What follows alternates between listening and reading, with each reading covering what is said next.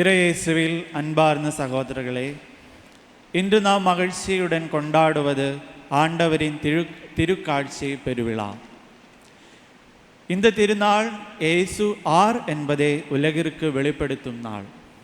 இயேசு ஒரு நாட்டுக்கோ ஒரு இனத்துக்கோ மட்டுமல்ல, எல்லா மக்களுக்கும் இரட்சகராக வந்தவர் என்பதே இன்றைய நற்செய்தி நமக்கு நினைவூற்றுகிறது. இன்றைய நற்செய்தியில் கிழக்கில் இருந்து வந்த ஞானிகளை பார்க்கிறோம். அவர்கள் இயேசுவை அறிந்தவர் அல்ல, ஆனாலும் அவருக்குள் ஒரு தேடல் இருந்தது. அந்த தேடல் தான் அவரை நீண்ட பயணத்திற்கு அழைத்தது. நாம் வாழ்க்கையில் எதை தேடுகிறோமோ அதுவே நம் வாழ்க்கையை நிர்ணயிக்குது. நாம் பணம், புகழ், உலக இன்பங்கள் மட்டுமே தேடினால் நம் வாழ்க்கை மதிப்புகளும் அதையே மையமாக கொண்டு அமைந்துவிடும்.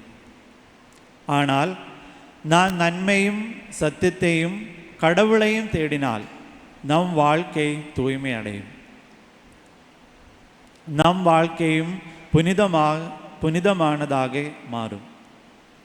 இயேசு தன்னை திருவுணவில் வெளிப்படுத்துகிறார்.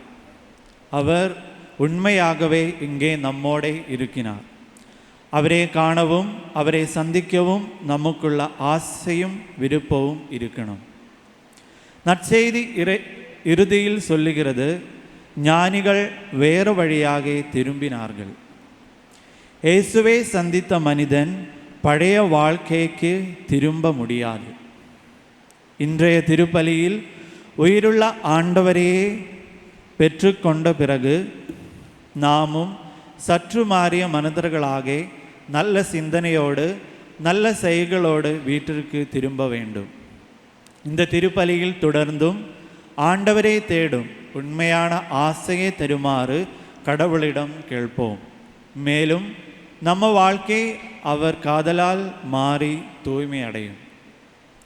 இயேசுவுக்கு நம் வாழ்க்கையில் இடம் கொடுக்கும் போது அவர் நமது வாழ்க்கையை மட்டுமல்ல, நமது குடும்பத்தையும் நமது சமூகத்தையும் நாம் சந்திக்கும் ஒவ்வொருவரையும் மாற்றும் சக்தியுள்ளவராக இருக்கிறார்.